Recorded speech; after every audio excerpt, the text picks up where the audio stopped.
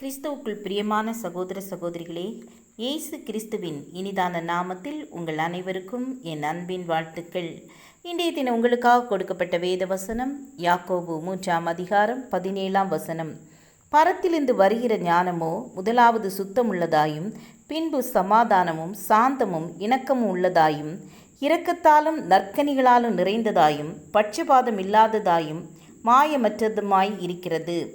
ஒரு சமயம் 2 அமெரிக்க போர்ப்படை கப்பல்கள் கடலில் கடற்படையினருக்கு பயிற்சி அளிக்கும் பணியில் பயணித்து கொண்டிருந்தன.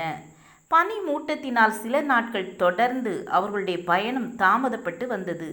ஒரு நாள் இரவு கடும் பனிமூட்டத்தில் கடற்பகுதி மூடியிருந்ததால் முன்னால் சென்று கொண்டு இருந்த போர்ப்படை கப்பலின் கேப்டன் நின்று மேற்பார்வை செய்து கொண்டு இருந்தார். அப்போது தொலைநோக்கி வழியாக கண்காணித்து கொண்டிருந்த கடற்படை வீரர் கேப்டனிடம் சொன்னார், ஐயா, நாம் போகின்ற பாதையில் சற்று தொலைவில் விளக்கு வெளிச்சம் தெரிகிறது. இன்னொரு கப்பலாக இருக்கக்கூடும் என்று சந்தேகப்படுகிறேன். அது நின்று கொண்டு இருக்கிறதா, இல்லை நகர்கிறதா? நகராமல் தான் இருக்கிறது. உடனடியாக அவர்களுக்கு சிக்னல் அனுப்பு. நமது கப்பல் போகின்ற வழியில் அது நிற்கிறது என்று தெரிவி. 20 டிகிரி விலகி போக சொல். அப்படியே சிக்னல் அனுப்பப்பட்டது. அங்கிருந்து உடனடியாக மறுமொழி வந்தது, நீங்கள் 20 டிகிரி விலகி போவது நல்லது.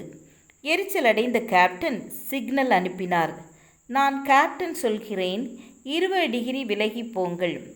கேப்டனுக்கு ஒரு 2ஆம் நிலை ஊழியன் இப்படி கீழ்ப்படியாமல் நடந்து கொள்வது பெருங்கோபத்தை ஏற்படுத்தியது.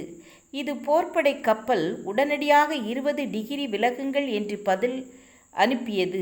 மறு பேச்சு இல்லாமல் போர்ப்படை கப்பல்கள் தங்கள் பாதையை 20 டிகிரி மாற்றிக்கொண்டன. இது அக்கப்பலில் பயணித்த கடற்படை வீரர் கடற்படையினரின் பத்திரிகையில் தெரிவித்து அதை ஸ்டீஃபன் கோவே தன் புத்தகம் ஒன்றில் மேற்கோள் காட்டியிருந்தார்.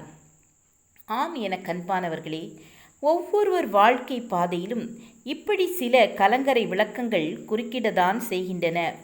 நம் விருப்பப்படி மாறவோ நமக்காக விலகி வழி விடவோ செய்யாத சில இருக்கத்தான் செய்கின்றன.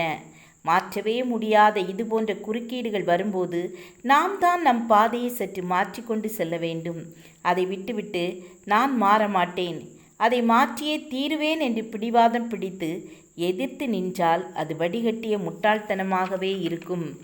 இப்படிப்பட்ட சூழ்நிலைகளில் தங்களை மாற்றிக்கொள்ள நேரிடுவது சிலருக்கு கௌரவ குறைவாக தோன்றுவதுண்டு.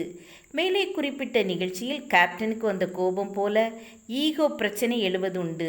ஆனால் சந்தர்ப்பங்களின் தன்மை அறிந்து தெளிவுடன் மாறுவதும் வளைந்து கொடுப்பதும் பக்குவமேயன்றி தோல்வி அல்ல. ஜெபம் செய்வோம். அன்புள்ள இயேசப்பா, உலகில் மாற்ற முடிந்த விஷயங்களை மாற்றும் வல்லமையும் மாற்ற முடியாத விஷயங்களை ஏற்றுக்கொள்ளும் மனப்பக்குவத்தையும் இந்த ரெண்டிற்கும் இடையே உள்ள வித்தியாசத்தை அறிந்து கொள்ள தெளிவையும் ஞானத்தையும் எங்களுக்கு தாருங்க. இயேசுவின் நாமத்தில் பிதாவே, ஆமேன் ஆமேன். God bless you.